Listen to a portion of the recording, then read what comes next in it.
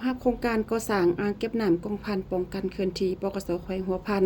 ได้จัดขึ้นในวันที่ 12 พฤษภาคม 2025 ผ่านมาอยู่ที่สโมสรกองพันป้องกันเขื่อนที่ปกส.แขวงโดยการเข้าร่วมของฐานพันเอกเพชรน้อยรอรอนศรีรองหัวหน้ากองบัญชาการปกส.แขวงมีบรรณาธิการหัวหน้าห้อง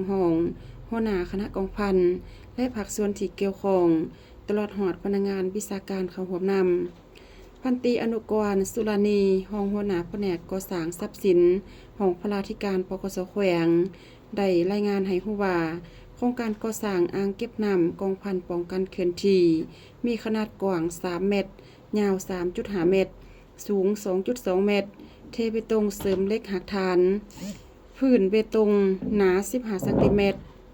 เทเบตงเสริมเหล็กผาหนา 12 เซนติเมตรคานทับผาปิดอ่างเก็บน้ำเทเบตงเสริมเหล็ก2 สั้นหนา 12 เซนติเมตรเบตงฟุตบาทและเฮ็ดห้องระบายน้ำเสียกว้าง25 เซนติเมตรซึ่งสามารถเก็บน้ำได้ทั้งหมดเฉลี่ย21 เมตรก่อนติดตั้งระบบถอดทรงน้ำ P32 มิลลิเมตรขึ้นหาอ่างเก็บน้ำถึงและติดตั้งระบบจักรปมน้ำเสาไฟดึงสายไฟและติดตั้งเซอร์วิสเปิดปิดไฟโครงการดังกล่าวได้เริ่มลงมือก่อสร้างแต่วันที่24 กุมภาพันธ์ 2025มาถึงปัจจุบันแม่นได้สร้างสำเร็จห้อยสุดห้อยรวมมูลค่าการก่อสร้างทั้งหมด